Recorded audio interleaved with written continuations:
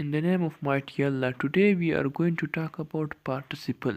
What is participle? Participle can be used after to be verb or the linking verb or as an adjective before noun. It functions same like adjective. Here it is not present continuous tense, but it is not simple past tense. It is not gerund.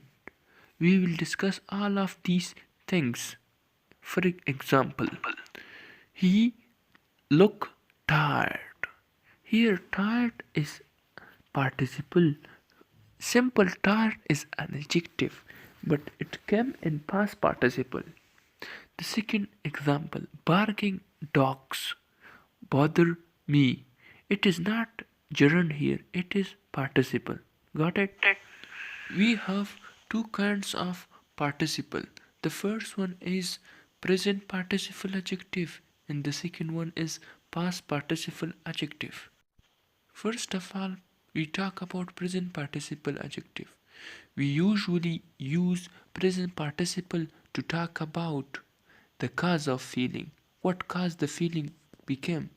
Example, I read a really interesting book about history. Here, read comes for cause.